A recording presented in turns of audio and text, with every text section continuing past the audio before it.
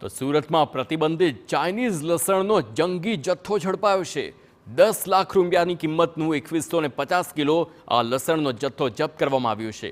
સ્થાનિક ખેડૂતોની આજીવિકા માટે ચાઇનીઝ લસણ પર પ્રતિબંધ છે। સુરત એપીએમસીએ 2150 કિલો લસણનો જથ્થો તેનો નાશ કર્યો છે। તો 2014ની આ સાલથી ચાઇનીઝ લસણ પર પ્રતિબંધ છે અને હવે મોટા પ્રમાણમાં 10 લાખનો આ ચાઇનીઝ લસણનો જથ્થો ઝડપાતા ખળભળાટ છે।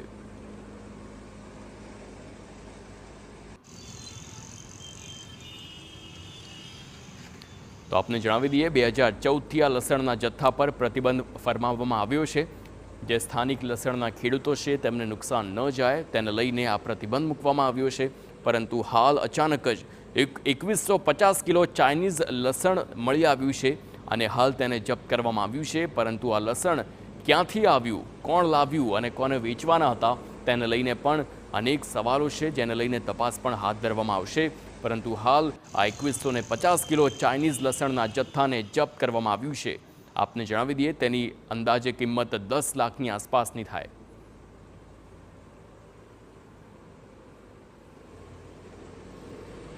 એપીએમસી માર્કેટની અંદર ચાઇનીઝ લસણ આવ્યું હતું અને તે માહિતી એપીએમસીના જે ઓફિસની અંદર જ્યારે ખ્યાલ આવ્યો ત્યારે તાત્કાલિક દ્વારા જે એપીએમસી દ્વારા આ જે ચાઇનીઝ લસણ છે તેનો જથ્થો ઝડપી પાડવામાં આવ્યો હતો અને તેનો નાશ કરવામાં આવ્યો છે। પ્રથમ વખત જે રીતે સુરત એપીએમસી માર્કેટની અંદર આ ચાઇનીઝ જે લસણનો જથ્થો હતો। તો આપણી સાથે એપીએમસીના જે ચેરમેન છે તેમની સાથે વાત કરશું, સંદીપભાઈ, પ્રથમ વખત એપીએમસીની અંદર ચાઇનીઝનો જે જથ્થો ઝડપાયો છે લસણનો, કઈ રીતે માહિતી કેટલી હાનિકારક છે? એપીએમસીની અંદર અમારી જે ઇન્સ્પેક્ટર છે, અમારા સ્ટાફ છે, અમારી પણ કાયમ નજર રહેતી હોય છે। હમણાં થોડા દિવસ પહેલાં જે આપણે ચાઇનીઝ લસણની જે વાત છે એમાં મોતીલાલ યાદવ નામના એક વ્યક્તિ દ્વારા સુપ્રીમ કોર્ટની અંદર 2024માં એક પીએલ કરવામાં આવેલી અને એનો વચગાળાનો ચુકાદો પણ આવેલો હતો। અને આ જે ચાઇનીઝ લસણ છે એ લસણમાં ખાસ કરીને સ્વાસ્થ્ય માટે હાનિકારક છે અને આ લસણ જો ચાઇનાથી અહીંયા આવે તો અહીંના જે આપણા સ્થાનિક ખેડૂતો છે એનો પૂરતો ભાવ નહીં મળી શકે। એટલે એને ધ્યાનમાં રાખીને અમે જે અમને માહિતી મળી એને ધ્યાનમાં રાખીને લસણનો અમે એને જે વેચાય છે એમને બધો જથ્થો અમે કબજે કર્યો, ત્યારબાદ એનો અમે નાશ કરેલો છે અને આ લસણ અહીંયા આવે તો સ્થાનિક ખેડૂતોને ભાવ ન મળે એના માટેનું આ અમે પગલું ભર્યું છે। કેટલો પ્રમાણમાં જથ્થો હતો, ક્યાંથી આવ્યો હતું, કઈ માહિતી પ્રાથમિક મળી ગઈ? એ ચાઇનીઝ લસણ ચાઇનાથી બોમ્બેથી લગભગ અહીં આવેલું હતું અને 2000 કિલો જેટલું માત્રામાં લસણ હતું અને એ લસણ અમારા ઇન્સ્પેક્ટરશ્રી અને સ્ટાફ દ્વારા એનો જથ્થો કબજે કરીને નાશ કરેલ છે। જે રીતે સુરત એપીએમસી માર્કેટની અંદર 2000 કિલોથી વધુ જે ચાઇનીઝ લસણનો જે જથ્થો આવ્યો હતો અને તે ઝડપી પાડ્યો હતો અને ત્યારબાદ તાત્કાલિક તેને નાશ કરવાની જે કામગીરી હતી તે એપીએમસી દ્વારા કરવામાં આવી છે। કેમેરામેન સંજય ચંડલ સાથે બલદેવ સુથાર, TV9 સુરત। તો આખરે શા માટે ચાઇનીઝ લસણ પર પ્રતિબંધ છે અને ચાઇનીઝ લસણ અને ભારતીય લસણ તેમાં તફાવત શું છે તે આપણે જાણીશું। ગ્રાફિક્સના માધ્યમથી આપણે જાણવાનો પ્રયાસ કરીશું આખરે આ ચાઇનીઝ લસણ કેવું હોય છે અને તેને પરખવા માટે શું કહી શકાય છે। ગ્રાફિક્સના માધ્યમથી તે સમજીએ અને આ ચાઇનીઝ લસણને લઈને આપ જોઈ શકો છો, ચાઇનીઝ લસણને આપ ઓળખો, ભારતીય લસણ કરતાં ચાઇનીઝ લસણ સસ્તું હોય છે અને તેને લઈને જ 10 વર્ષ પહેલાં એટલે કે લગભગ 2014માં લસણ પર પ્રતિબંધ મૂકવામાં આવ્યો હતો। અમેરિકા, પશ્ચિમ એશિયા અને બ્રાઝિલમાં ચાઇનીઝ લસણની માંગ વધુ છે અને ત્યારબાદ ભારતમાં પણ તેની માંગ હતી, કારણ કે તે લસણ કમ્પેરેટિવલી સસ્તું હોય છે અને એટલા માટે જ તેની પર પ્રતિબંધ ભારતમાં મૂકવામાં આવ્યો હતો।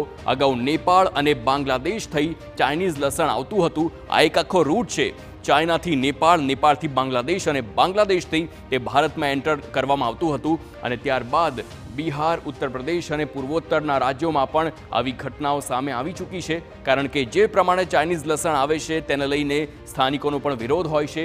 2006થી ભારતમાં ચાઇનીઝ લસણ પર પ્રતિબંધ મૂકવામાં આવ્યો છે અને ત્યારબાદ પણ અનેક વખત આવી રીતે ગેરકાયદેસર લસણ ઘુસાડવામાં આવતું હોય છે, પરંતુ જપ્ત કરવામાં આવ્યું છે। ચાઇનીઝ લસણમાં ફૂગની સંભાવના વધુ થતી હોય છે, આ મોટી તેની એક ઓળખ છે। ચાઇનીઝ લસણમાં જંતુનાશકોનું પ્રમાણ પણ વધુ હોય છે, જે આપના સ્વાસ્થ્ય માટે ખરેખર હાનિકારક પણ કહી શકાય। જેટલું જંતુનાશક વધુ એટલી હાનિ વધુ। ચીન લસણનો સૌથી મોટો નિકાસકાર દેશ છે। આખા વિશ્વમાં સૌથી વધુ નિકાસ ચીનમાંથી થતું હોય છે અને અમેરિકાએ પણ લસણ ઉગાડવાની પદ્ધતિ પર વાંધો ઉઠાવ્યો હતો. આખી જે પદ્ધતિ ચીન તરફથી હતી લસણ ઉગાડવાની, તેને લઈને અમેરિકાએ પણ અગાઉ વાંધો ઉઠાવ્યો હતો અને ઘણા દેશોમાં ચાઇનીઝ લસણની આયાત પર પ્રતિબંધ મૂકવામાં આવ્યો છે. ભારત પણ તેમાંથી એક છે. આપને જે પ્રમાણે પહેલાં પણ જણાવવામાં આવ્યું, 2006થી અહીં પ્રતિબંધ મૂકવામાં આવ્યો છે. ચીન ગેરકાયદે ઘુસાડી રહ્યું છે ભારતમાં લસણ, અને એટલા માટે જ આવી રીતે પકડાય છે અને તેને જપ્ત કરવામાં આવે છે.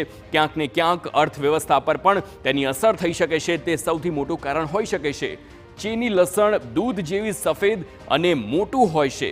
તેને ઓળખો, તેનો રંગ દૂધ જેવો અને તેનો જે સાઇઝ હોય છે, જે આપણા ભારતીય લસણ કરતાં મોટું હોય છે, તેનાથી જ આપ ઓળખી શકશો જે ચાઇનીઝ લસણ છે. લસણને વધુ સફેદ બનાવવા માટે તેને બ્લીચ કરવામાં આવે છે.